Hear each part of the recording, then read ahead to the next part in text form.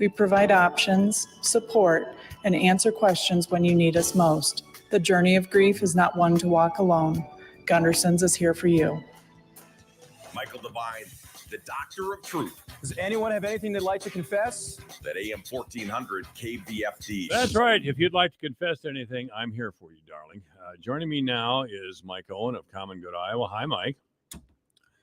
Hello, Mike. Can we hear you? Whoa, what's going on here, I wonder? We can't hear. Do you have your microphone on? Well, I see you, but I cannot hear you. What is this, I wonder? That one work any better? Oh, there you go. Now we hear you. What was going on there? It's a different setting. Yeah, now we hear you just fine. IT is fun stuff, isn't it? What's that? IT is fun stuff. Oh, not for me. I hate it. I've told the story many times. I was going to go out and get one of those big, nice cell phones, and my son was along with me. He said, "Dad, the only thing you want a cell phone for is to make calls, get calls, and send a text." And he was right. So I have this little sucker. It costs $400. Even that seems to be too much sometimes. But no, I don't do that. Yeah, Mike Owen with Common Good Iowa, again, is on StreamYard. You'll find StreamYard on the Alpha Media website, the Alpha Media Fort Dodge website, or on my personal Facebook page, Michael Devine, or the radio station Facebook page, which is AM 1400 KVFD, the voice of Fort Dodge. We're talking wage theft again today, and the various ways that workers are hosed. And I've been a victim of wage theft a couple of times. I got my money because that's just the kind of guy I am. But we can't seem to get attention from anyone in authority to make wage theft painful for those who are stealing. Where do we go, oh, Mike? I don't think the Democrats or the Republicans want to hear it. Well, I think that's been the case, but in fairness, we raised this issue at the Old Iowa Policy Project about 10 years ago. I know you have. With a report, and then we kept talking about it, but we didn't have new research until about a couple of weeks ago, and we put out a new report that shows this to be a $900 million problem in the state of Iowa. And this means that employers in various ways that you well described last time we talked about it, in various ways, employers are stealing $900 million a year from Iowa workers, from overtime violations to violations of minimum wage laws to stealing tips to just any number of things. And the problem is, as you note, that we have only 2 investigators for the state who are working on this for, about over 1.5 million workers in the state. Yeah. So has there been a charge in the last year that you know of involving wage theft? Has anyone been charged with stealing? Yes, there have been cases where I guess I don't know of it as being any criminal cases, but certainly there have been wage theft cases brought and money recovered, but nothing near the level of what the offense that's going on. And one of the problems with the laws is that the laws are pretty weak. So that really the best you can do is claw back some of the wages that were lost, but there aren't really any punishments for employers who do this. And so it does 2 things. Number one, it sets up a business model for unscrupulous employers where they know they can do this and pretty much get away with it. And it also presents unfair competition to good employers, which are going to be far and away the vast majority of them. But that's something that skews the balance of things in the marketplace, along with obviously the loss to workers. And these are in many cases, not totally, but in many cases, they're going to be the employees that don't have a lot of clout, resources. Yeah. They don't have unions, and they don't have Um, in some cases they're going to be undocumented workers. They're going to be, it's going to be people who just don't have really the power to fight back against it. They're afraid of retaliation and so forth. Certainly. So yeah, it has not gotten enough attention. We're hoping, and we have some good signs from this report over the couple of weeks here that it has come out that there's been some publicity for this, some good publicity. I saw Cindy Axney was raising it the other day. We need, this is something Republicans, Democrats, anybody in public office ought to be dealing with this, especially if they dare speak in any terms about crime. Yeah. Oh, definitely. I've This talked is about 10 times. This is 10 times the problem of all other theft in the state. Yeah. Well, if somebody takes money from you, you can call the police and have them arrested. That's just the way. But if somebody takes money from you in this way, we're just okay. You did this work, we agreed to pay you, but now we're not going to, which is theft. Well, you can't do that. I railed a number of years ago. We had an outbreak in this area of middle-aged, comfortable women embezzling from their employer. Sometimes it was a state employer. Sometimes it was a private employer. But these women would be caught, and they'd cry all over the courtroom, "Oh, my marriage was in trouble, so naturally I had to steal $100,000 and take a vacation in Florida." And the judge, being at the time a white guy in his 50s, would say, "Okay, darling, I'll send you home to your family."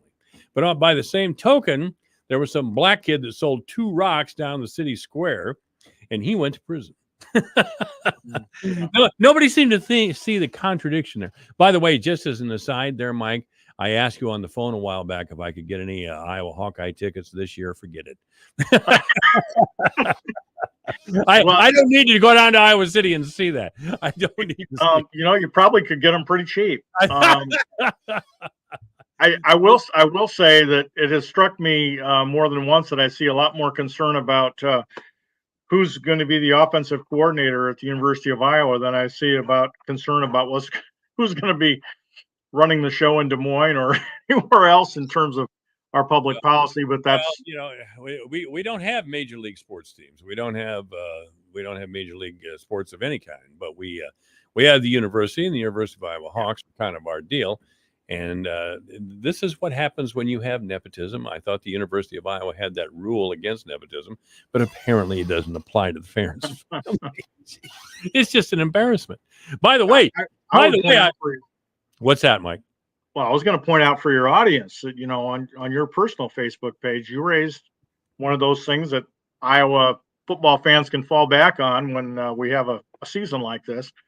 You asked the question, who was the first Black member of the Professional Football Hall of Fame who used to play for the University of Iowa? Mm-hmm. And it's a real good question because immediately, and I fell for it right away, and I thought, wait a minute, that probably isn't right. And I went back and looked it up, and sure enough, it was wrong. So I took my answer down. But a lot of people would think it was Duke Slater. Duke Slater. But it's Emlen Tunnell. Emlen Tunnell is right. Emlen Tunnell is right. He was the first Black member of the Pro Football Hall of Fame, and he at one time held the NFL record for interceptions. And who was that broken by? For interceptions? Yeah. Guys in the Vikings. Paul Krause, I think. Paul Krause, former Hawkeye, played for the. That's right. But then when I mentioned Duke Slater earlier, he's also a member of the Pro Football Hall of Fame, but he was the first Black lineman in the NFL. He was the first Black lineman? First Black lineman in the NFL. And then this is just University of Iowa. We have obviously some very moving stories from Iowa State and Drake of pioneer Black football players. Johnny Bright at Drake and of course Jack Trice at Iowa State, and they both paid on the football field with violent acts against them when they played. So, Johnny Bright. The Johnny Bright situation was appalling. Yeah. That was grotesque. That was in a 1951 game. But of course, we have a statue here in town of the Big Pig. Oh yeah. Yeah, we do. Yeah, and that was the driving force behind Floyd Rosedale Trophy out on the east edge of town was an Iowa State graduate here in town. Okay. And it turned out the sculptor of Floyd of Rosedale was a neighbor of David Osterberg's there in yeah, really lived a couple of houses down from David Osterberg. And David would go over to his house and he'd be working on it in his garage and stuff. By the way, I'm always assigning weird stories to Iowa City and the People's Republic of Iowa City, mainly for naming itself Johnson County because Johnson County changed its name from Johnson County to Johnson County. Another feel-good virtue signaling move. But I just want to say we have you topped. One of our city council people here is a member of the Satan's Temple. See, we're cool. Okay. Interesting. That's what I thought. I went to the Satan's Temple website. It's got a goat's head, pentagram, the whole thing. You Iowa City people think you're weird. We got you out weirded on this one. We've got it going on. I'm sorry, I'm off the topic again, of course. Well, we did go off the. Let's talk about wage theft. I think it's the work of Satan. Well, that could be argued, but It could be. I appreciate you being raising it again here because you do have to talk about it, these kinds of things several times for it to register.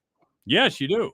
It's like I know you guys sell ads for your radio station. That's You what we do. have to tell the advertisers they have to advertise more than once if they want people to hear it, and it's that same way with getting people to understand these public policy issues because Back when I was in college, I was told that even within a business, you had to tell people 7 times. I mean, you had to tell the staff, maybe not an individual, but you had to tell them by memo. We did memos back in those days. You had to tell them in person, and I can't remember what the other ways. I got the question on the test. I got an A on the test, I recall, but that's been 40-some years ago.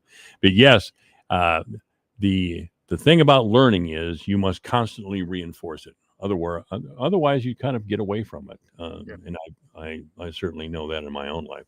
Of course, I'm getting to be an older man. I don't remember where I live, but I'd sure like to hear on the campaign trail in these last 2 weeks of the it's less than that now, right? What is it, 10 days, 11 days? Yeah. I lose track.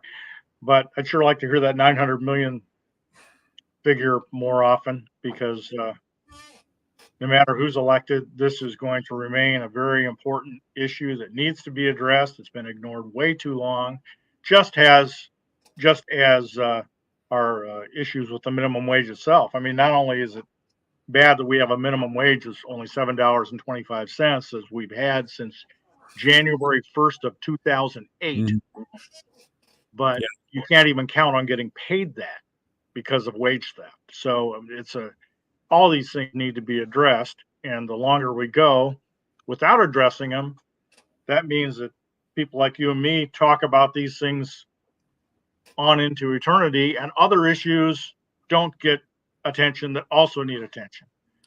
The 900 million, I suppose that's Brian Ferentz's salary, right? For the bang up job. Not quite.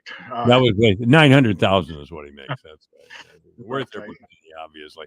No, 900 million is a significant number. But I'll tell you, the Democrats and Republicans are not going to do that. I mean, the same people fund both campaigns, especially at the federal level.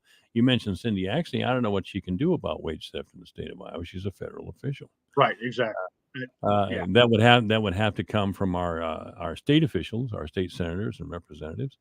And I don't think they're going to pass a law that would perhaps require one of their donors to sit in the can for stealing from employers. Well, I know of a case where some employers of a company near here were talking about their job texting, and one of the employees who was on the text thread reported this text thread to a manager, who then brought them in and fired them one by one. The thing of it is that this manager called up the local police department, this is Eagle Grove, and had 2 Eagle Grove police officers standing on either side of him so he could, I suppose, act like a tough guy. That actually happened. I mean, Gosh, it kind of sounds like Norma Ray with it does. It does. Yeah. I mean, that's from and really those sort of labor that type of thuggery involving taxpayer police officers in this case. We thought that went out in the 1930s or 40s, but it was just in the last year. Mm-hmm. I haven't got around to calling the local police chief who did that. It wasn't in Fort Dodge. It was one town in this area. But I'm going to call the local police chief, and I doubt he'll be on air. But I'll ask him if it's policy to for city police in his town to provide private security for a private company. Yeah. Well, I just say that because there's all kinds of abuses of workers in this state, and nobody gives a damn. right. And they want to get us worked up about guns. I get worked up about guns or abortion or whatever other hot button there is. So we never talk about the money. We never talk about the money, and the money is what's really important. Right. Well, we talk about elected officials on something like wage theft. The Iowa Association of Business and Industry should be concerned about wage theft. They ought to be out there working to get this corrected. There are other industry organizations that could do that as well. If they want to stand up for the employers who are doing it right, they would try to get this addressed. And there are different things you can do. You can increase the penalties. I don't know. You could do double, triple damages or something. If Sure, of course you could. There's different things you could do. But I think we have to get out of this mindset that certainly existed 10 years ago when this did get a little attention in the legislature when we raised it. But we had legislators saying, well, these people don't realize they're making a mistake on this. We shouldn't be paying. Okay. That's such a lie. Well, who said that? We'll say, for the sake of argument, let's give them that. Let's say that they didn't know then. Well, certainly 10 years since that, they do know it's a problem. And if they don't know it's a problem, they have industry associations and so forth that ought to be educating them on their obligations. But their obligations are what they are. Ignorance of the law is never considered to be a good excuse, and they should be paying these people what they earn. They know what they're doing. They do it because it's free money to them. They have the same mentality as people who steal regularly for a living. And some of these people are respected members of our community and communities all across our state. It's a scandal. You and I seem to be the only ones who ever talk about it. The Des Moines Register keeps calling Zach Nunn a racist or whatever the hell is going on. I'm once again ready for the political season to be over. I should get over. I keep forgetting to go over and vote. The courthouse is only 2 blocks away. Well, I had to drive 20 miles to do it, so I did. Why did you have to drive 20 miles? Well, I live in West Branch, so I have to go. Our county seat is in Tipton, which is about 20 miles away. The county seat is Tipton? Yep. Center of Cedar County. Oh, that's right. You're Cedar County. Yeah. Gosh, Tipton. And every time I think of Tipton, I still think of the Lark restaurant. That was a great place, wasn't it? Well, that's Tipton. That's Tiffin. That's sorry. That's in Johnson County. That is in Johnson County. That's the Lark's gone. Bobby Knight's favorite place to eat when he came to do Iowa games. You betcha, man, all the way. Yeah, I was thinking, gosh, how can the county seat be in Tiffin because it's southwest of Iowa City? I like to tell people I can almost see Johnson County from my house. I'm over on the east side of Cedar County. Okay, so where do you get your paycheck? Have you been a victim of wage theft lately, or? I have not. Our employers treat us right, and that's something we were started by a labor organization. Was really at the roots of the Iowa Policy Project back in 2001. Was the Iowa Federation of Labor. Right. Got us going. So when you have labor people who are organizing, you can pretty much count on your on being protected as a work. Oh yeah, absolutely. Is there another labor center in the state of Iowa other than in the University of Iowa? Not that I'm aware of. Yeah, I The don't think there University of Iowa Labor Center, which is now, they pretty much are run by donations and grants and things like that. It's no longer they're still affiliated with university, but I think they've phased out. I hope I'm not speaking any of this wrong. My understanding is that they are phasing out any taxpayer subsidy. That, unlike, we have a very large business school at the University of Iowa. The Tippy But Business School. but they do not seem to have the same constraints as being a labor center. So that's always been an inequity, shall we say. Yeah. The idea that Iowa has been a state driven by capitalism and entrepreneurship is kind of a joke anyway. That's right. I get the farmers really mad when I call Iowa a socialist state, but that, we should cop to it. We should be honest about it. This is what it is. I mean, if we could cop to that one thing, that actually money flows into our state for the federal government to keep the idea of private farming, so-called private farming, alive in the state of Iowa, it would change the culture in the state of Iowa. Well, if they're entitled to a decent salary, so to speak, or profits for their labor, why aren't I?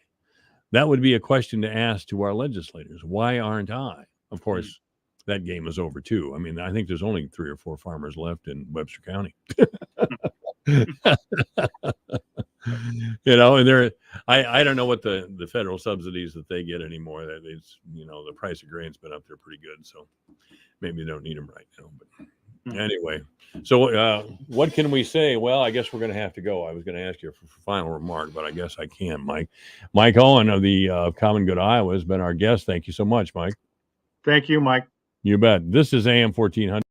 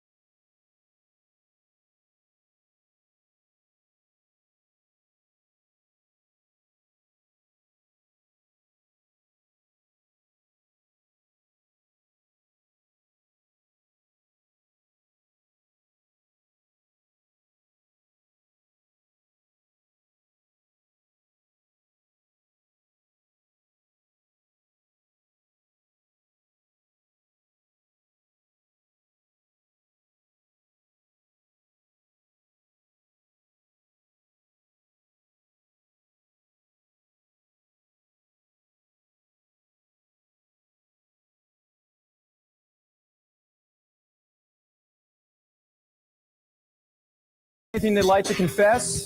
That AM 1400 KVFD. That's right. And joining us now is Pastor Austin Hill, the First Presbyterian Church. Pastor, how are you? And thanks for being here. Doing well. It's always a pleasure. All right. Well, we're doing battle with the devil right here in Fort Dodge. Who would have thought? Who would have thought? Yeah, I've had a little fun with this. I've been accused of having fun at other people's expenses. I guess here's another case. Another case. Councilman Fritz, Andy Fritz, and I've known Andy Fritz. He's good. He's a good guy. Yeah. Not like we're tight friends or anything. I'm a little surprised at this eccentricity. Yeah. Because this is kind of a weird one to have. I mean, if Councilman Fritz would have said he was atheist or agnostic or something, okay, sure, Yeah. all right. But Satan's temple? Yeah. Well, it's pretty shocking. Even when you reached out to me just asking about my comments on this, it's not something you see in a text all that often. Did you go to the website? I did go to the Yeah. website. I have to admit, I wasn't familiar exactly with what their beliefs were before going to the website. And Well, it seemed to be like a pro-choice website at first. Yeah. Councilman Fritz described it as Satan's temple, as people who didn't believe in spiritual beings, but the goat's head and the pentagram kind of made me think that they do. well, it's pretty interesting because they go to quite a length on that website to differentiate themselves from the Church of Satan. Church of Satan. Right. And that apparently that is more of actual worship of this spiritual force Of of the demon. Satan, Right. of the devil, whereas this seems to be almost kind of like a secular humanism more than anything. Like if there weren't the imagery on the website, Right. you wouldn't Nobody really would think have much. said a thing about it. Yeah, But the website causes me to remember that the devil is portrayed as the Lord of Lies. Yeah. The devil, somewhere in the Bible, I believe, and correct me if I'm wrong, you're the I biblical think expert, so. Yeah, that like a the father of devil- lies. The father of lies, and he is the greatest liar ever. Hmm. So if I'm looking at a pentagram and a goat's head and some imagery of dragons who appear to be demons stepping on skulls, I'm going to have to say that this is a little bit more elaborate than maybe just we don't believe in spiritual beings. Well, you certainly would have to imagine that the roots of this, whoever formed it, would have some deeper, further kind of spiritual practice. And they try to say that they don't believe that you must believe in some kind of magic or something, but clearly there's imagery here that has spiritual nature in it. Yes. Yeah, and I think the end of the day, the question is whether it is or it isn't. I mean, none of us are Satanist scholars, right? I mean, we're not scholars of Satanism. I hope they don't have a theological university dedicated to Satan, but of course it's I'm it's sure the year 2022. I'm sure someone's gotten a degree somewhere. Yeah, I'm sure the Democratic Party is about to give us a lecture on tolerance and inclusivity. Well, we should bring Satanists into into the great human family. well, I can hardly wait for that lecture, by the way. but I think it's interesting bringing this up, especially as we've been talking in recent weeks about mission and the mission of the church. And Yes. clearly the What's the mission of Satan's temple? well, I guess go to the website if you want to find out. But I mean, just chalk this up as another exhibit in the society we are in is increasingly secular, right? Well, and that's what brought it. That's why I have you on the air. Yeah. That's why I have Joel Coleman and Father Boehm and Father Lona and others on to talk about Christianity in a world that is decidedly unchristian. Yeah. Certainly a lot more unchristian than when I was a younger man, and Sure. certainly in my parents' generation. By the way, I bought your grandfather's book. Oh, cool. Yeah, Sarah brought that up. Cool, Your yeah. grandpa Didier was a a Presbyterian. Yeah, minister? Presbyterian. Yep. Yeah, so I bought the book. Awesome. I That's haven't got great. it yet, but I bought it. All right. What's the name of it again? Hold on to your heritage. Hold on to your heritage. Thank you very much. I wanted it to come out of your mouth. Maybe that's Yeah. what we should do here. Again, I'm having a little fun at Andy's expense, and again, he's an all right guy. But I think the comments of his other council members Uh-huh. is what brought me here with you. Yeah. Because their remarks were condescending, especially Councilman Schur, who talked about how sad it is that we're bringing this up, and then Councilman Allstott was talking about, well, we cannot discriminate, or these sorts of things, Mhm. we didn't do it when John Kennedy was elected president. Well, Kennedy's a Catholic. Is Catholic more mainstream than Satan's Temple or not? Yeah, I mean, there's I've certainly, never even met anybody that was. yeah, well, I mean, there's certainly a difference there. But I think what this really gets into, I mean, we've dealt with this societally more and more as people with different faiths are stepping into positions of political leadership, right? Yes. And I would say from a Christian perspective, one who believes in Hinduism is just as far off the mark in terms of what they worship than one who doesn't worship any God at all or a Satanist. Because at the end of the day, as a Christian, I believe Jesus is Lord and that Jesus is God. And so of any other religion, I think they're equally not Christian in my mind. There's a lot of not Christian religions. What, you're not down with the Bhagavad Gita?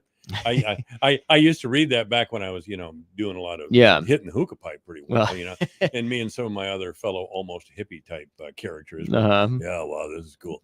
But we grew out of it, Yeah, well, and of course, Jews, they believe Jesus is a prophet, or do they? I mean, well, it depends. I mean, people are going to say different things, and I think Muslims would have Jesus as a prophet too. Yeah, and but I think that's, at least for the Christian faith, it goes one step further, and then we believe Jesus is God, and so to me, it's a little bit of a red herring to make a real issue of one person's religious belief or lack thereof or whatever, when we seem to be accepting of people with other religious beliefs. Now, I think that's maybe the point that they were making, saying, oh, well, this is just like Kennedy. They were very clumsy. I mean, for people who supposedly specialize in communication, boy, was that awkward.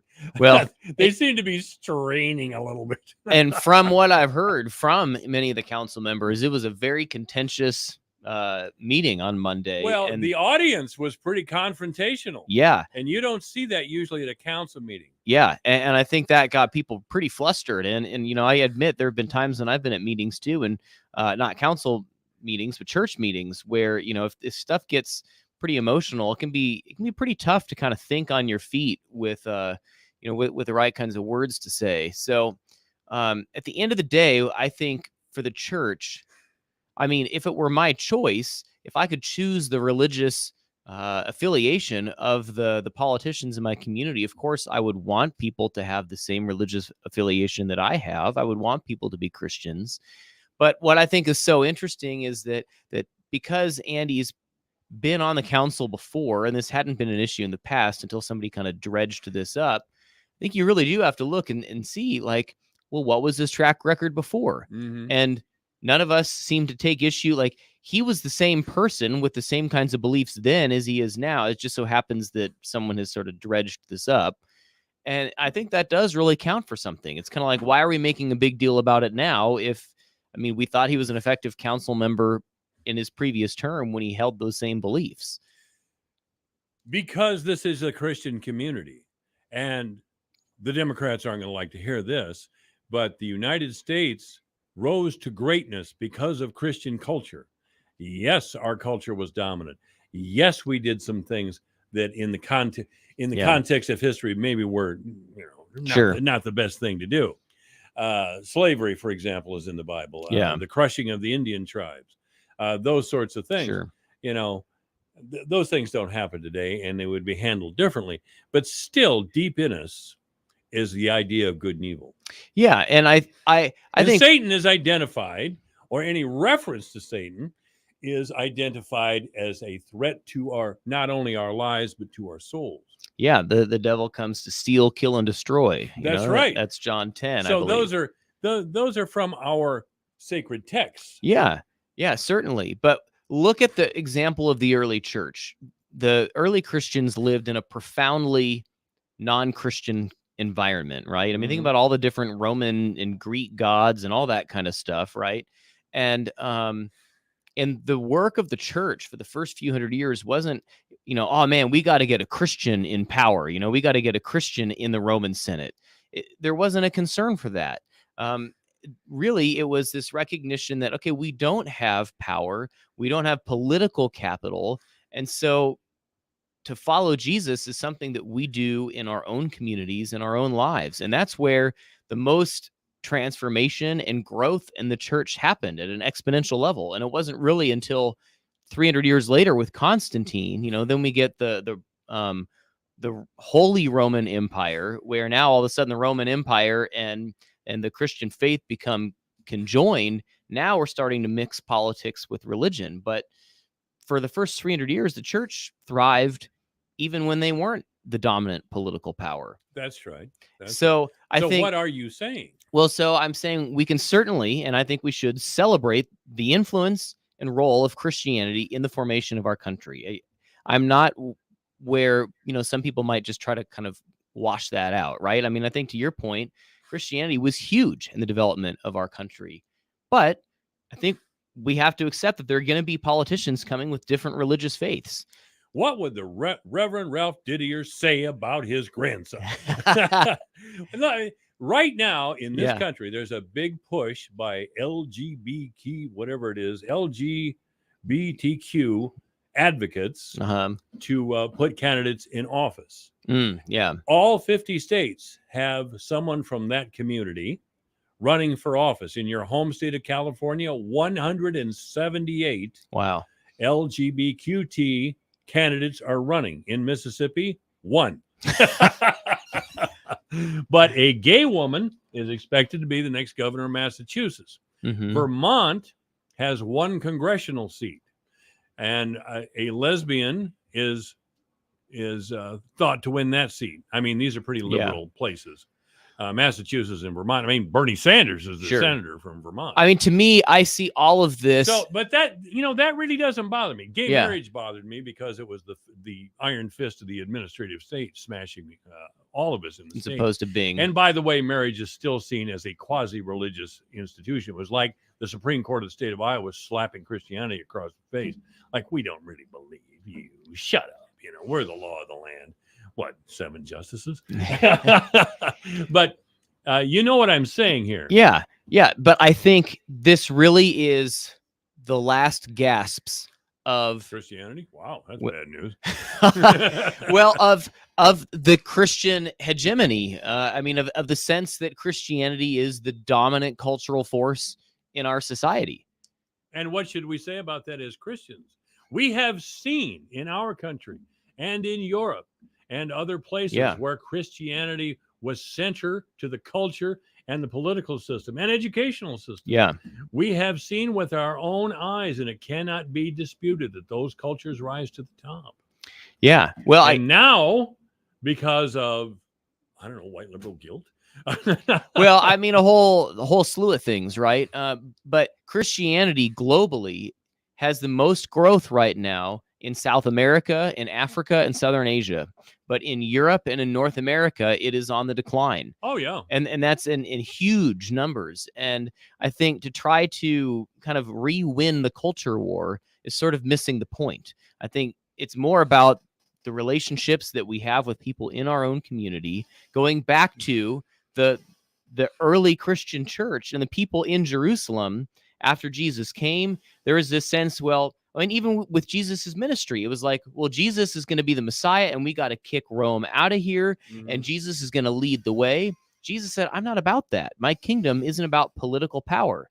And the Jews tried to still have that political power. And we all know what happened in 70 AD when Rome came and decimated Israel. Yes. And so it was those people that the gospel writers, especially the Gospel of Luke, was trying to write to say, okay, we've just tried this whole, rise to political power, and we were just slaughtered for it. So what does Christianity look like? That's what the Gospel of Luke is writing in response to. What would God say to us now if we cannot defend the faith of Christ? What I mean precisely is Pope John Paul II, who is now venerated as a saint. He was elected a saint in no time at all, which I thought was Catholic Church is just falling apart. But anyway, he used to refer to France as the eldest daughter of the church. France was the eldest daughter of the church. It was such a Catholic country. And now they are building mosques everywhere. And France is actually afraid of becoming an Islamic state right now today. Actually, the legendary sense of tolerance among the French has frayed in the last few years. They're trying to put an end to unchecked Islamic immigration and the building of mosques. Mm-hmm. They're afraid of becoming an Islamic state. Yeah. And Islam, parts of Islam, I know everybody always wants to say, oh, radical Islam, just a little bit. No, it's not just a little bit. It's within Islam to try to convert the world to Islam. Yeah. Christianity doesn't do that. And I don't think Christianity ever should. But Christianity should recognize that a faith, the second largest faith on the planet, wants to become the first largest faith. Well, in Christianity, we want to have that kind of growth too, right? Matthew 28, go make Right. disciples of all nations. Yes. So I think there is that evangelistic bent. And I believe also that one day when Jesus returns, he's going to make all things right. I mean, that's the second coming, right? And God is reconciling the world toward himself. So I believe ultimately the Christian story is that God, the God of the Bible, is going to reign supreme. And we know the end of the story. That's kind of why we have the hope that we have as Christians. So I think there is a little bit of that triumphalist sense in the Christian story too. In the Christian story. Yeah. So what, we have to wait for the 4 horsemen of the apocalypse to come south on Highway 169? Well, no, but I do think at the end of the day, that's going to be up to God to judge the nations, to judge individuals, and look at how the Crusades played out. I understand, but I'm asking you again, as Yeah. a pastor of the, as a minister of Christ, what does God expect us to do when the faith is threatened? I Just think leave it up to God? No, I think God expects us to follow the example of Jesus, to live according to the way that Christ lived. And he loved his neighbors. And as he was murdered on the cross, as he was crucified, he said, Father, forgive them, for they know not what they do. That's a pretty powerless, weak, kind of almost feckless kind of look, if you really think about it, right? And yet that's the look of our Lord and Savior. And we are called to follow that same example. And so I think as hard as it is to really strive for power is actually the way of the devil. I mean, that's the temptation that Jesus had in the wilderness was to bow to Satan, and he could have all this glory, all this fame and everything. And Jesus had to reject that. And instead he took up the cross. Yes, but what role does Satan play in the life of the world, and what should be the Christian response to the devil himself? I think Satan invites us to cling to power at any cost, even being willing to forego our own beliefs and practices that Jesus exemplifies for us. And I think in our modern climate, when it's so often a zero-sum game when it comes to politics and whatever else, it's like, hold on to power as soon as I've got it, because who knows when I'm going to have it again. And so even if that means the suffering of my enemies, well, I'm going to hold on to power because I know I'm right. And that's really not the way of Jesus. I think that's the temptation of the devil. Now we're going to follow the example of Jesus. What are you, Catholic now? When did this happen? I know many people in your church who have power locally. They're not going to give it up. Well, Wait, sure. That's why people left the Catholic Church, frankly.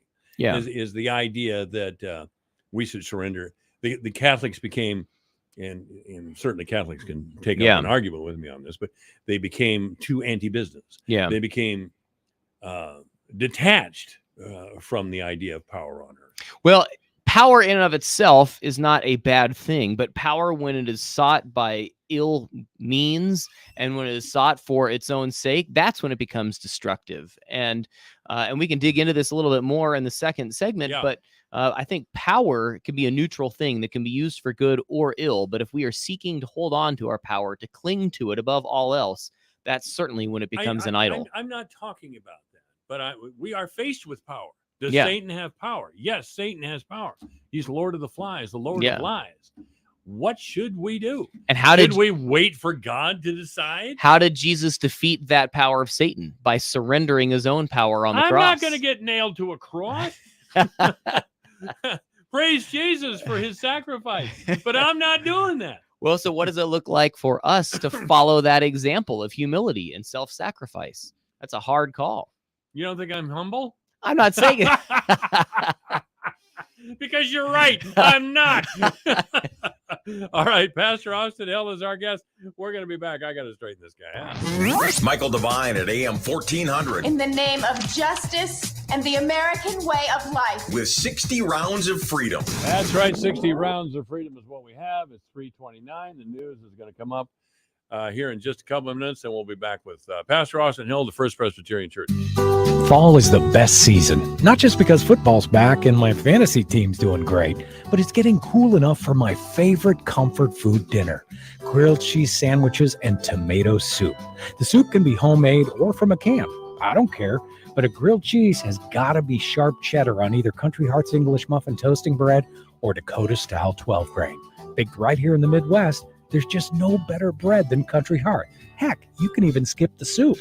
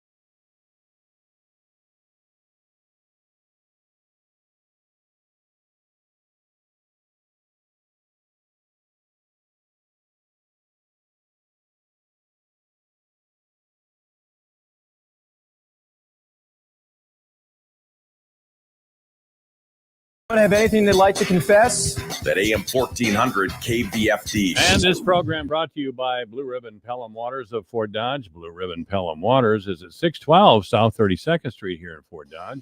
You may contact Blue Ribbon Pelham Waters of Fort Dodge by calling 515-576-6481 or online at www.fdwater.com. And of course, you can see Pastor Austin Hill and I on StreamYard today. So just go to my personal Facebook page, which is at Michael Devine, or the radio station Facebook page, which is at AM 1400 KVFD, the voice of Fort Dodge. President Biden is now waging war on those who want to pay more for a first-class ticket. He has decided that that is a form of racism and class oppression. So I guess the question I have for you, Pastor Hill, is that do we have a duty as Christians to say, will you shut up, you crazy old man? You wrecked the country. Will you please just shut the hell up about this nonsense? Math is racist. My God. Well, I did hear earlier today for the first time that Republicans are planning that if they win Congress, their first order of business is going to be to impeach Biden. Impeach Biden? That would be great. I hope that happens. You know, Well, I heard that becomes such a farce. Well, yeah. You know, we have lost faith in our institutions. No kidding. We have a Satanist on the front, not a Satanist, but a member of Satan Temple on the city council. We have this crazy old Biden in the White House, and his main competition for the next election is the big orange guy. Well, I mean, I couldn't believe when I heard that. I mean, now I haven't gone into, any websites to see, the veracity of that, but just even the thought that, well, the first thing we're going to do if we get power is impeach the guy. For what? Just because we don't like him? I mean, sure, people have all sorts of thoughts about him, but like impeachment was supposed to be when the president or when any public official has misused their office. I mean, for, egregious mistakes and errors and, moral failures and, all these kinds of things, not just because, we don't agree with their policy, so we're going to impeach them. And I mean, if we get to that point, we are just in such a bad spot where we really are this zero-sum game, and whoever is in power, just do everything you can to hold on to that power, because who knows when you're going to get it again. And Christian ministers of past used to be able to come to the fore and say, stop this. It's unseemly. It's anti-Christian. It's bad for the faith. It's bad for the country. And you're all a bunch of fools for participating in these petty little games. Well, I really think the January 6th committee was completely unnecessary. They threw a bunch of some guy that walks in the Capitol wearing a buffalo horns, they put him in prison. I mean, they should have put him in a hospital someplace. Well, I mean, it's hard because that was the first time that we stormed the Capitol. I mean, even during the Civil War, that never happened. No. I mean, it's a serious thing. Well, the South never got up that far. Well, yeah. And I mean, yes, I think, did many of the people that day have any sense of really what they were doing? I don't think so. But I think there were some people that, if, by all accounts, if you think about it, really thought, I think erroneously, that it was their duty for the country to overthrow the current regime that, was being sworn in that day. And I mean, that's pretty treasonous. So, I mean, I do think we have to have a fair shot at democracy and to, allow the cards to fall where they may, even if we don't like, who's voted in. And I think part of the challenge is we continue to try to hold on to power. But those who hold on to power say that they need to be in power for the common good, blah, blah, blah. Good afternoon. You're on the air with Pastor Hill at AM 1400 KVFD. Hello. Yeah, I just want to respond. If the Republicans, they're not going to impeach Biden because they know that Kamala Harris is worse. Secondly, if they try to impeach Biden, it's not because of policy. It's going to be because of political influence from his son and the Biden family taking money from foreign influences, which is completely. You're talking about treason, and you're talking about compromising political decision making because you're taking money from Russia, China, or whoever. That's why he would be impeached, not because they disagree with him on policy. And thirdly, our country has been great, has been successful because it was based on Christianity. And as we go away from that, because they perverted the whole concept of separation of church and state, look what's happening to our country now. And, if Christians don't fight, then you're going to have schools sexualizing our kids as early as kindergarten. There's no truth anymore because the truth came from the Bible, from God, from Jesus. And if we're not fighting for those principles, then our country is just going to go right down the tubes, which is the direction it's heading right now. Oh, don't worry. I'm getting out the book of Revelations. I'm going to bust out the book of Revelations on Pastor Hill here just real shortly. No, but you are right. Truth itself has been called into question. There's no such thing as an objective truth. Objective truth in the past was thought to be God. Objective truth came from the Almighty. Now we have our own personal truth. And my truth is this, or my truth is that. And I would like to, and anybody with a personal truth, I'd like to tell them to shut up. But that's my job. I see it anyway. But you're right. Unless we stand up for the truth and fight, not maybe in a war. This is my opinion. I don't know if Pastor Hill really agrees with me or not. He believes, and I'm going to bring up the Pastor Hill position here, and please correct me if I'm wrong. Pastor Hill believes there is a victory story in the Bible where Jesus returns and Christians are validated and they are saved and they are triumphant in the end, and that we should let this all kind of happen and God and Christians in the end will triumph. Do you think we should do something like that? Well, I don't know. If you just take it, my opinion, if you take that point of view, you're going to have tyrants running every government in the world, and we're all going to be in trouble. I mean, we've got to have Christianity's got to be the basis.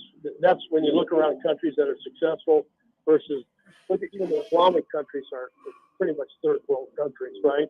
So the countries that have succeeded and been successful are the ones that have been Christian based. And if we go down that path of no, we're not going to do that anymore, with the trend we're seeing today, we're all in trouble. We're all in trouble. So that's just my point. Thank you. All right. Thank you very much for calling. This is AM 1400 KBFT, the voice of Ford Dodge. Well, I'm glad we got a caller. And other people, certainly, Pastor Hill and I don't really, or I don't ask enough for callers to this radio program when Pastor Hill is on. But I know other Christians out there with divergent viewpoints. Please feel free to call 515-955-1400. Or non-Christians. It's all cool. This is, Radio Free Ford Dodge. I mean, the hard thing is, where do you draw the line with the whole religious freedom thing? Because I personally believe that Christianity is the truest way of understanding the world and people and what God is doing in the world. Like, I unequivocally believe that. And if someone asks me that, I will say that.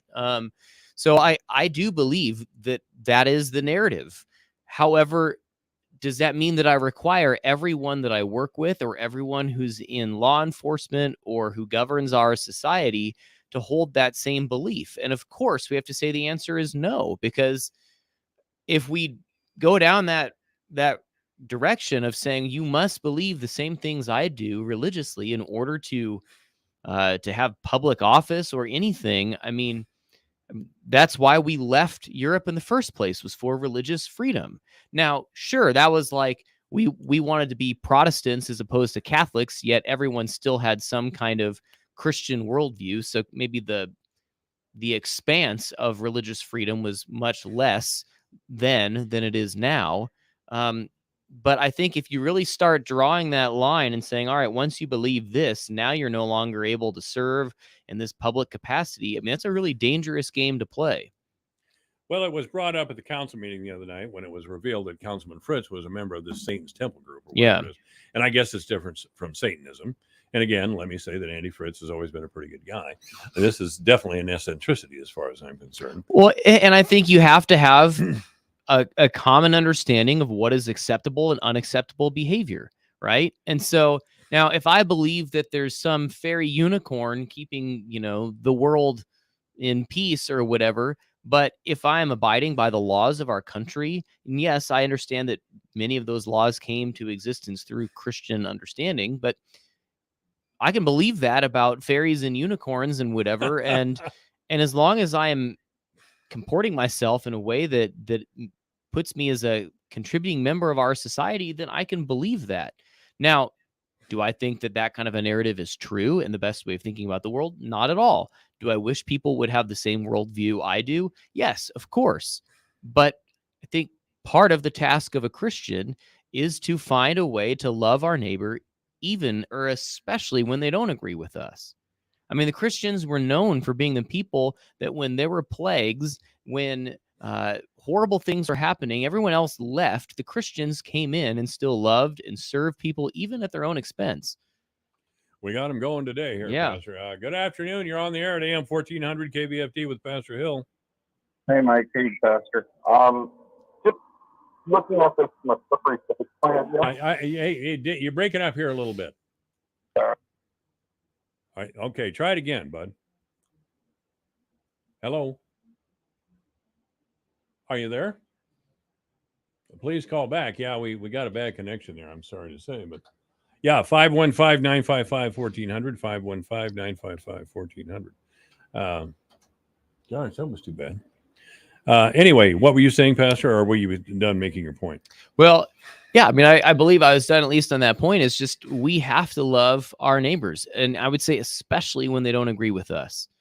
And I think in a lot of ways, the Christian church today shares similarities with the people of Israel in the exile. And we'll come back to that. Yeah, let's try this again. Good afternoon. You're on the air. Sorry, Mike. Bad service. Who's this again? Jack. Hi, Jack. Trying to, I guess I'm looking at this from a slippery slope point of view.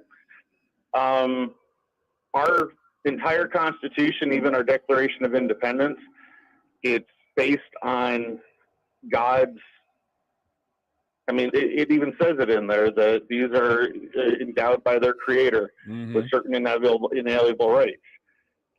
I mean, now you've got somebody who says, okay, I don't believe in the creator. Okay, great. You know, that's the same thing as an atheist. Oh, no, we're going to go one step beyond an atheist and take the bad guy side.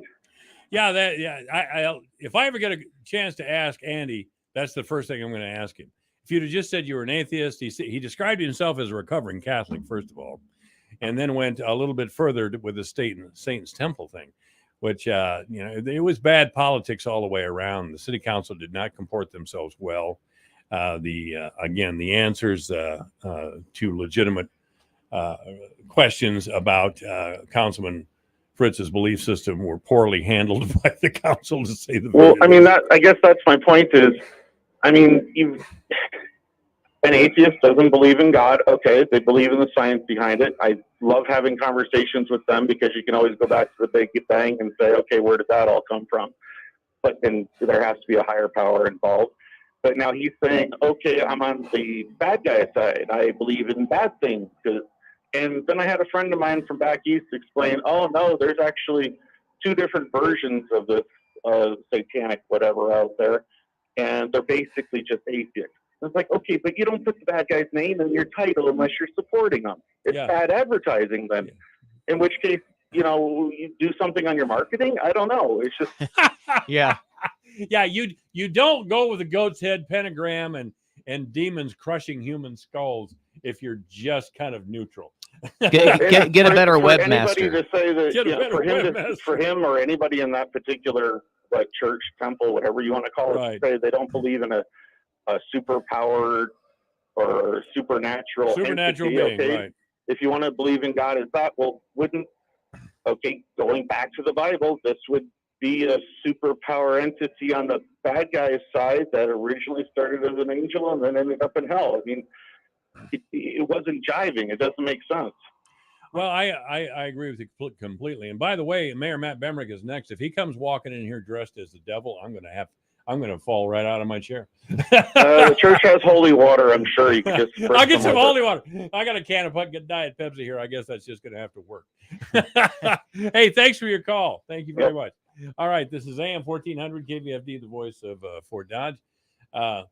Really, when you talk about following the example of Jesus, that's, as you know better than I do, that is the theme of Catholicism. Yeah, we're not going to pay much attention. I shouldn't say we're not going to pay much attention to the Bible. Of course, Catholics are going to pay attention to the Bible, but their real focus is following the example of Jesus. Yeah.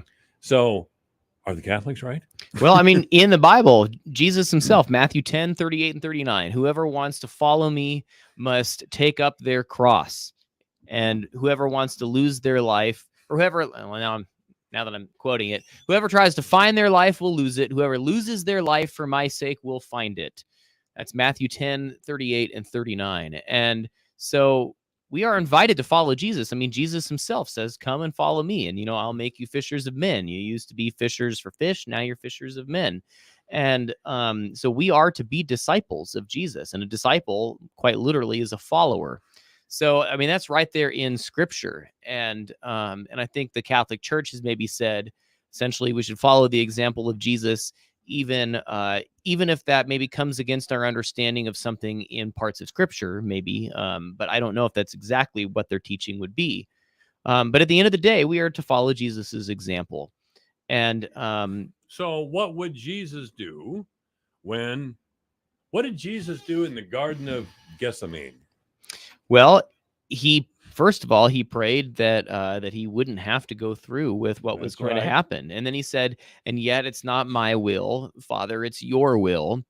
And but then so in that same garden, just a little bit later, as the Roman officials came to arrest him with the religious leaders there, so it's Peter, he pulls out a sword and he's ready to fight for Jesus. He's ready to defend Jesus right there. He's ready to die for Jesus and to kill for Jesus. He cuts off somebody's ear and Jesus says no. And he tells him to put that sword back. And he says, those who live by the sword, die by the sword. And so right there, I mean, Jesus is telling his followers, like, don't defend me, at least with physical violence like that. Well, I'm not ready to be led to the slaughter, so I guess I'm not going to be following the example of Jesus today. I guess, it's a tough calling.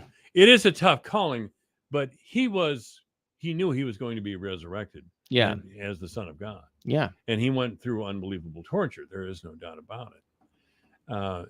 Every one of his followers, his disciples, they all were killed for their faith too. They were all killed for their faith too. I don't think, except for one, he was sent to exile. But who inspired Judas? That's a good question. Did the devil inspire Judas? Well, I think there is a line that says, I think that the devil had entered into him, to do his work or something. Yes, there is. And and then he ultimately took his own life afterward because he was filled with such, I would imagine, regret for what he had done. But at the same time, had he not done that, then would Jesus have been able to make that sacrifice and accomplish all that he did? I mean, it's a little bit of the conundrum there is, it's this horribly evil thing that he did, yet at the same time, God used it in this central way to bring about the redemption for the world. I don't think we should be admiring Judas in any way. I mean, he was guilty of one of the seven deadlies, greed. And he succumbed to it, and he couldn't live with himself and killed himself, which I believe God says only God can take a life. So Judas was really screwing things up there for himself.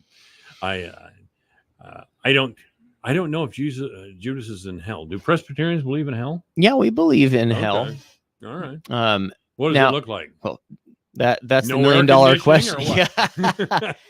I would say at the most I can probably get behind is separation from God. Thank you. That's the one. Yeah. If God is the author of life, and if I am not with God, that's not a place I want to be. Yeah. Regardless of anything else, I don't even know if the it's absence of God. Yeah, I don't know if it's punitive, like you're like I am casting you here, as much as just like, hey, you don't want anything to do with me? Great, there you go. What was the atmosphere when Jesus went to hell after his crucifixion and had his conversation with Satan? Well, all we know is that he conquered sin and death. Yes. So there are some streams of theology in the Catholic Church and in the Eastern Orthodox Church that believe that when Jesus went to hell, his death conquered sin and death, and he became victorious over all of those powers of darkness then and there. He I wish conquered it all. I wish he'd have stayed victorious. I think he is. It's just taking a while to see the effect of that victory. But of course, that is always the challenge to Yeah. faith. Yeah. How can we believe in a loving God in the midst of all this? Yeah. evil? I mean, in Jesus, the kingdom of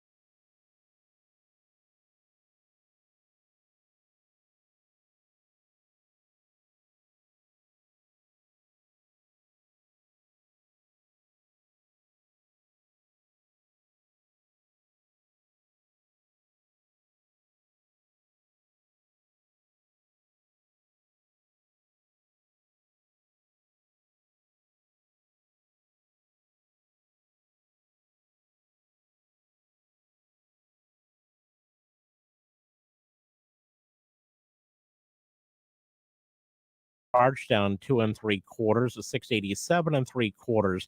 Maycorn down 3 at 687. July down 2 1/2 at 681. November soybeans up 1/2 cent at 13.82 1/4. January up 1/2 penny at 13.93 1/2. March up 1/4 cent at 14.02. May up 1/4 penny at 14.09 1/2. December soybean meal up 6.70 a ton at 415.40. October live cattle down a nickel at 151.40. December down 15 cents at 153.42. October feeder cattle down 45 at 175.97. November down 70 cents at 178.12. December lean hogs down 3.37 at 85.12. February down 2.85 at 88.15. April down 2.05 at 92.12. I'm Dwayne Murley. Michael Devine at AM 1400 KVFD. If you don't listen to him, you suck. All right. And our guest, of course, is Mayor Matt Bemrick. You may ask the mayor a question by calling 515-955-1400. Now, he's a little touchy, so watch it. Watch it what you ask him. Touchy? You're a little touchy. You came in with a little bit of an attitude, just a little bit. You come in every now and then with a little bit of an attitude because you think I've been unfair or something. And No, no, that's not why. I got a lot going on. Is that right? Work is very, very hectic right Okay. now. All right. It's Well, a I've been busy having time of the year. Okay. Well, I've been having a little trouble. Well, not a little trouble, a little fun actually with Satan. Good Lord.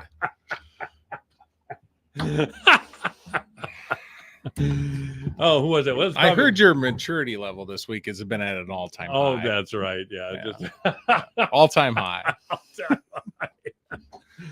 Listen, you go through stages in life. You're an infant, you're a teenager, you're an adult, and then you turn back into a very young person again. You're back to 7th grade antics. I'm back in junior high. Yeah. Throwing cherry bombs in the toilet. Oh yeah. Absolutely. Anyway, yeah. Well, you know it. Matt, Andy's story, and I've said all week that, I actually only talked about it 2 days, but it had to be talked about. It's only the 4th day. So Yeah. Just to point that out. Yeah. So 50% of your show. Well, I wasn't here. I wasn't here yesterday. I was sick yesterday. Oh. So I get up Tuesday and I see Andy's story in the paper. Sure. And obviously generated a little local interest, man. Yeah. I would imagine it did. Yeah. I happened to be gone Monday. I was in Charlotte, North Carolina with my wife. Got back. I don't remember what time. It was very late, like 12 o'clock Monday night. And I start getting text messages when I was in the airport and stuff, hey, what's going on? And I'm like, well, I'm not even really there. And they're like, were you aware of this? And I said, yeah, I had heard about it. But I know Andy, and his theology is his theology. It's not mine. It's Andy's. And he's served the community while he's been having his beliefs for a number of years. And it's like when you interview for a job, I don't sit someone down and say, okay, are you Catholic? Because I don't hire anybody who's not Catholic, because you can't do that. That's a discriminatory act. And his First Amendment right gives him the right to believe what he wants to believe. Now, for clarification, and I've heard this straight from Andy's mouth, and I told Andy I don't agree with his beliefs once this became more of an issue, and I actually had to talk to him about his religious beliefs or his theology. I said, explain this to me a little more. And he did. And he does not worship Satan. The word Satan is in the organization that he is a member of, and I don't really know how the membership works in that, if it's like a church that we are used to where you tithe or whatnot. I don't know how that works. Right. I didn't dig into it that deeply. So I asked him, and he said, no, I understand. And I said, well, that I don't believe that way. And I have issue with your belief, but I believe you have been respectful, been thoughtful, have been a good council member, did your work. And I still support you because I'm not going to take your theology as a reason to dismiss you from a job. What would be reasons that you would oppose a councilman and his appointment? Based on their theology? Based on the. I don't think I would ever take any individual person's religious, whether they be atheist, Catholic, Muslim, Hindu, agnostic. Even if somebody ran for office and they were somebody who did worship Satan, if the public elects them, I'm going to work with them. Public didn't elect Andy this time. This time. Right. But it has in the past. It has. 3 times. And we didn't know Andy belonged to this group. And I don't. Well, I mean, Andy's a smart enough guy. To put that on the people now that appointed him to fill a void. Right. It seems a little unique that you as a voter, and I'm only going to speak on your behalf because I'm not going to speak on the rest of the community. But you're going to speak on my behalf. From my perspective, you're now trying to hold accountable people that didn't tell you something that wasn't their responsibility to tell you. It's not our responsibility to round up what people's theologies are and then give it to you or to the rest of the public. It's, as a voter, you have a responsibility to know who you're voting for. That's don't you think? No, that's out of line, man. No, I don't. Oh. I think you have. So it's our responsibility to educate you about who may or may not serve. Well, that's what you're saying. It is your responsibility as an elected public official to give us an idea of who you are and who the influences in your life are. I think I've always done that. Yes, you have. I'm not. Yeah. What are you taking it personally for? Because it seems like you're pointing at me that I should have informed you that let me Andy broaden belonged it. to something. Let me broaden it. Any public official has a responsibility to tell the electorate of which they claim to want to serve about themselves and their influences in life. So we kind of know how they're going to vote or how we would anticipate they're going to vote, or even more deeply, what sort of person that they are. Yeah, I don't disagree. And I think there was forums. There's been questions asked at those forums. There's been interviews by the newspaper. Did you ever ask Andy, tell me a little bit about your theology of life? Or it never occurred to me to ask Andy or anybody. Okay, but now you want to hold other people accountable for your lack of asking the right question. To be honest, it seems you're trying. It seems are you trying to play games with me? No, I love it when you try to insmart me. I'm just saying. The council's response, by the way, the council members that were quoted in the paper, they handled it very clumsily. I don't know. I wasn't there. And you read the paper, though, right? I did. Mm-hmm. But I'm gonna say, when you're quoted in the paper, you're quoted. The full comment in the context of those comments isn't always covered in its totality in a newspaper article. Lots of other things may have been said. That's right. You got to come over here to the radio there's station. Context. There's context in the delivery of something, and there's also the subject matter as it's being revealed through your comments that are relevant. And sometimes, and I'm not picking on newspapers, but sometimes they have a certain amount of space, so they'll pick what they felt was a relevant part of your comment. And that's happened to me. I was quoted in the Des Moines Register one time, and I'm not going to tell you what it was about because you would love this too much. I was quoted in the Des Moines Register one time, and it was completely out of context. And I called down there and I kind of let them have it. And they never call me anyways. But I haven't talked to a reporter down there in a couple of years now. Well, speaking of Des Moines Register, this little thing of Andy's will make its way around Des Moines media. It might. It's not going to be a big deal. It's going to be It depends if someone wants to sensationalize it. Sensationalize what? This is an odd thing. It has thing. the word Satan in it. And yes, it is. And that's something that Andy brought forward. It's not on me. It's not on the people of Fort Dodge. It's on Andy. And I agree. As you know, there are people in this state that are always looking for an excuse to laugh at old dirty Dodge. And here's another one. Oh, I don't know. I mean you don't. There's people that have all kinds of different beliefs that hold public office. Yes, there are. Sure. But I think Andy would be the only Satan's Temple member on any governing board in the state of Iowa. Probably. I would probably agree with that. Yeah. Okay. I don't know that. I don't know it either. but I'm going to roll the dice and say that's true. It's common. So on that wouldn't be sensational on a political at resume. all. That's not On- sensationalizing. No, it no. at all. Hey, you could call it. You can call it what'd you just call it? Sensationalism. Sensationalism. Yeah, you could call it that if you wish. Yeah. But this is media in the 21st century. I agree with you. It Yeah. is. It's find something, pick at it until you get bored with it and move to the next thing. You go. This is a political season. Can Correct. you tell me what church Joe Biden belongs to? He's a Catholic. He's a Catholic, Yeah. right? Most political people in their political resume will say, "Hi, I was born in this town. I was educated here. I have this family, and this is where I go to church or not." Sure. Okay. Yeah. So we should really expect that of council members here in Fort Dodge. Well, I don't know. I mean, are you That's gonna, not are in- you going to start picking your council members based on their religion? No, but what they it's a prerequisite. but for you. what they believe and what I believe, what they Well, believe. I know a lot of people that belong. What are you to interrupting churches. me for? You've asked me a Because question. I'm You're good at not. Yeah, I know you are. You ask me questions. I get 3 words All out. right, then go you- ahead. Go ahead. It will affect my judgment. Hi there. I want to run for city council. I did 2 years for armed robbery back in the 80s, but I'm okay now. Well, maybe I think so. Maybe I do. Here's my record since I was in prison. If it's a good record, great. If it's just that I've had 38 jobs in 38 years, that's not a good resume. So I may not vote for that person. You know what I'm saying here? You're comparing prison time to religion. Is it a I don't religion? think it's relevant. No.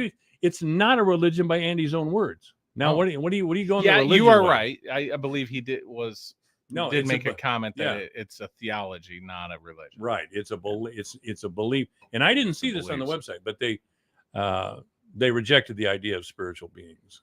Or Yeah, it was or the supernatural. the or something. supernatural There you go. beings. That's, Yeah. that's I went and read it after I talked to him, right. and then I noticed you posted it on Facebook as well. Yeah. Which is good. I'm glad you did post it because then maybe a few other people will read it and realize he's not worshiping Satan. Yeah, we deserve to know. That's the point, Matt. The Fort Dodge Messenger ain't going to tell you a damn thing, as you know. Well, they reported it. Yeah, they left out a couple of questions though. Well, that I would've mean, been- they're reporting the actions of a They're- meeting. Right. They typed out what I'm happened sure at the they would meeting. love an exclusive interview with Andy to explain or whatever. And I heard you asked Andy to come on. I did ask. In Okay. matter of I fact, did. I heard that third hand. I heard, he was here. I'll even read the text. I sent Andy this text. Andy, you can explain yourself or leave it to the interpretation of others. Would you like to phone in and answer a few questions? He responded, I appreciate the offer, Mike, but all I needed to say was said last night. I am focused on the task of being a council person now. I don't have anything against Andy Fritz. He's a nice guy as far as I'm concerned. We had a little falling out when he wouldn't appear on the show when he was still on the council. When he was still on the council, and I suspect. Well, you've had a falling out with almost every council. Yeah, I do. 'Cause I think I'm the only one that still comes. Yeah. No, Dave will show up. Dave Flattery will, yeah. Dave will show up every day. And Minky's still comes on. I haven't, I think the mafia got him too, but The I don't. mafia.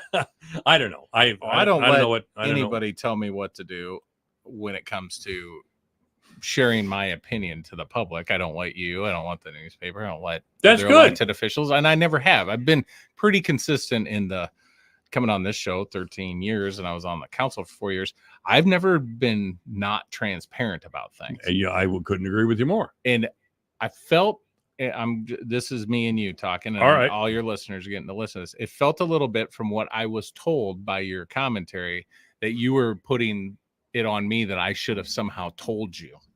No, I never thought that.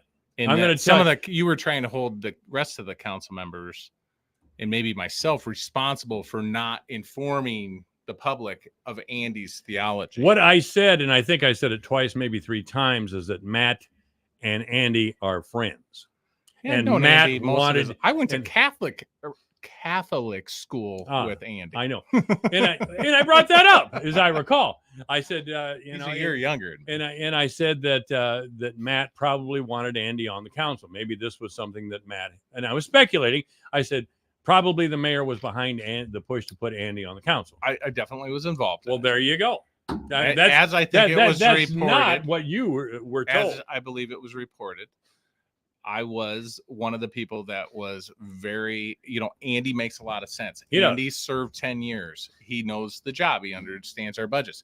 Nowhere in that decision process was I thinking about his theology or religion, because we're supposed to have a separation of those things to a certain extent. I believe that you as a citizen have the right to judge your elected leaders on their theology or their passion for this or or if they went to prison and how they've lived their life after doing or making mistakes. You as an electorate have that opinion, but me as the mayor, I work with who is there. Yeah. Now Andy is being placed there now, and I also want to remind you and the public that may be listening. You're really that shaking your finger at me a lot today. You know I'm a hand talker. I want to remind people that I have always said from day one, I think I said on your show as well as to the newspaper, if the community wants something different, they have a process to petition to force an election. They might do that too. And they very well could. I believe Mr. Higgins is actually working on it. He was on the show. Okay, there you go. He was on the show. No, I hope that doesn't happen. I think Andy is the best selection for a temporary term to fill Nevin It's a very Conrad. short term. It's a very short one. Because a special election wouldn't even be held till March. Right. That person would take office, within a week or so, or the next meeting, I believe, from that special election. And then they would serve through the rest of the year, but then that seat would be back up for election in November again. You see the mistake you make, man? What's is that? You're putting your argument is very dry and rationalist. I wouldn't. It is. Well, my job is to be somewhat dry, But rational, explain. But people aren't like that. They're I get people that, are Mike. of the spirit. But when you all offend their create sense. chaos is all that can survive. If you approach things rationally, try to explain, bring good, solid information forward, people can make educated decisions versus letting chaos dominate. Gosh, I could be the king of chaos. You definitely are the king of chaos. Doctor of truth, king of chaos. It's a new tagline. I'll tell you something that I did do. I texted Andy Fritz. You told me that. And then I texted Lutz. Okay. And I said, "Can you be on as the great Satan?" Oh God. And he said, "What the hell are you talking about?" He probably doesn't even know what's going on. No, he didn't. He had He no probably idea. didn't. No, so I kind of explained it to him. I said, "Come on, let's have a little fun," but I never heard back from him. Yeah, he's a busy guy too. Is he? Why? He's got all the money in the world. Nobody has all of it. Well, pretty just close. some people have more of it than others. Yeah. Well, Jerry must just like to work. He is a worker. Yeah, he's a good guy. Great guy. For the record, though, Andy is a decent guy. I've never found Andy to show signs of not being respectful, caring, kind, thoughtful. I get it. He's got a strange theology. That's and a people strange may thing. judge him solely on that versus what his 10 years as a council member in his actions during that period. Some people may judge him completely based solely on that now. Okay. And forget about those other 10 years. To me, doing our job to try to fill that seat in a logical manner, Andy was a good choice and is a good choice. And I stand behind that choice. Well, since you've made it all about you, I'm not going to speak for other people. Well, no, I know. I think they spoke for themselves Monday. Yes, they did. But people can judge you too, as well. Sure. You're- And they have. Yes, they have. Yeah. Okay. Well, as long I have a different role as mayor than I do in my personal life. In my personal life, and I told Andy, I don't agree with your theology, but I'm not going to use that as a reason to say you can't do this job. Did you know Andy was a member of the Satan's Temple before? I found, well, I the- had heard that he had some Facebook thing listed. I never went and looked at it because Andy also likes to stir, like you, like to create chaos. Andy sometimes can like to provoke things. Really? A little bit. The nose ring? Yeah. We're going to start judging people based on their Nose rings? their jewelry. Yes. I The remember jewelry when they wear? council, yes, I'm old enough to remember when council people all went to council meetings with a coat and tie. Yeah. And Andy was was the first councilman, I'm sure, to wear a nose ring. I think you may be correct there. You should write that down for the history books. No, First nose ring council member. First nose ring council member. I'm glad that you documented that piece of hard truth history. Well, I think we're ready for who's next? Who else can we put on the council? I hope we get a good crop of people that want to be involved next year and come forward and want to run for office. Are you running next year? No, I'm not up next year. I am not up because I am going to most likely retire. Oh, really? A very high probability. So the next I'm election, not saying I'm not going to run again. I'm saying it's very likely that I would not. You waiting to tell the paper before me? Yes, That's I'm how for sure going to do that now just because it annoys you. That's how we met. It's you remember 3 that? years from now. yeah, that's how we met. Remember, you gave me a very you were hostile. mad. Yeah. You're awful sensitive in your I'm a relays. sensitive guy. I don't think well, so. actually, I'm wound up on You are. caffeine most of the time. Yeah, me too. Got my Diet Coke right here. So I talked with David Furrick the other day to get off the whole devil thing, and ask about an assistant fire chief. We hadn't had an assistant fire chief for years. For a number of years. Yeah. So I asked Furrick why we needed one now. No, there's no reflection on the man that was appointed to the job. I don't even know him. But he gave me a very long explanation where were you in support? You've always been a big supporter of a fire department here in Fort Yes. Knox, of a full The fire department as well as the police department. Yeah. It's one of the first questions I ask either chief whenever the council approves the appointment of a new officer or firefighter is what's that bring your numbers to? If you've ever been to a council meeting, you'll notice I always ask that question. Well, I think I'm pretty consistent with it. I don't want to say always because anyways, I'm pretty consistent with that question. And I think it's important for the people in attendance, myself and others, to recognize what we're doing to make sure we are staffing our police and fire to make sure public safety is remembered as a high priority. Public safety has ridden a roller coaster in our community. We've had shootings. We've had an awful lot of fires, if you recall, in the last couple of years. We need to concentrate on public safety. And I think it's always important that we are investing first in the people to do that work, and then second in the things they need to do that work properly. I'll tell you, kind of transparency in all areas of government has kind of been my thing lately. I mean, earlier this year, if you are a conspiracy theorist, no, a little bit, no, slight. Slight. I'm not a conspiracy. If you hang that on me, the next thing you're going to be calling me is Donald Trump. For God's I would sake. never call you that. And I never liked Trump. I wouldn't call you Joe Biden, Donald Trump. I wouldn't call you any of those things. You know, Joe Biden. I do like the King of Chaos, though. That may stick. That may stick. The King of Chaos. I kind of like it myself. I'm not like Joe Biden at all. Joe Biden came out today and he said that those who fly first class are racist or some damn thing. And he was going to put a stop to it because those who pay for an extra six is just a rumor. Wealthy white people. And that was just terrible. And, you know, I've flown first class one time in my entire life. And really? I got very lucky. I was standby and jumped at the counter, and the lady said, I can get you a seat or you can pay $29 to fly first class. And I'm like, $29? And she goes, it's your lucky day. And I'm like, done. Yeah, done. Yeah. Done. So I flew first class. I think it was from Chicago to Charlotte, I believe. What are you doing in Charlotte? I've been to Charlotte quite a few times. We have friends out in Charlotte you do. area. Yeah. So and I was there for a convention. Just to finish up on the assistant fire chief, were you part of that selection process? I was not. Okay. I try not to meddle in the hiring of any people that work for the city at an employee level. I mean, that's what we have a city manager for, an HR director, a department head for. That's their role. It's our job to empower them to fill those roles. Right. So Roger Porter's retiring, unfortunately. Yeah, it makes always me liked sad. Roger. Always. I We've know. had, the last several chiefs we've had, they haven't stuck Great around chiefs. there. Yeah, great chiefs, all of them. Well, I mean, they do retire a bit earlier than typically than the private sector. Yeah. So that is part of it. And Roger qualifies to retire. Yeah. Oh, I don't.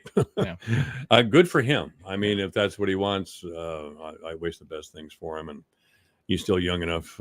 He's a little older than you, isn't he? Yeah. He's a couple years older. Yeah, than I am. but he's got plenty of time to enjoy his life. And I know he's got a daughter that's a heck of a softball player. And she is. And he's got very talented kids. Yeah, His kids and are all he's talented. very involved in the lives of their children. As a matter of fact, when I retire, I'll probably move to Lynn County. Not because I'll probably keep my place here, but I'll be down there frequently just because my grandchildren are there. You know, I'm in that time of life, I guess. Anyway, so now that we got all this out of the way, is there anything else that you wanted to mention or talk about, or can I get one of those cool Bemrick electric hats you're wearing? The hat? The hat. You know, I didn't get these made. Anthony Bemrick did. Anthony did. Yeah, Anthony did. All right. If I get any more of them, I will definitely get you one. All right. Actually, I got lucky to get one. But you're a partner, for God's sake. Mm-hmm. All right. Okay. I'm now the president. Are you the president? Yeah. All right. Okay. So Yeah, my dad will be, I believe, officially retired at the end of this year. Well, good for him. Mhm. Yeah. Gosh, he's put in a lot of work. I mean, He your mom has. and- He's worked very hard. He's over in Chicago this weekend visiting my brother. Oh, Mitchell. Mhm. Yeah. What's Mitchell? He's an investor or something? He actually is a national sales guy for a sporting good company now. He was working for like a medical company that sold medical equipment and different things. And he was like a regional VP, and now he's the VP for a sport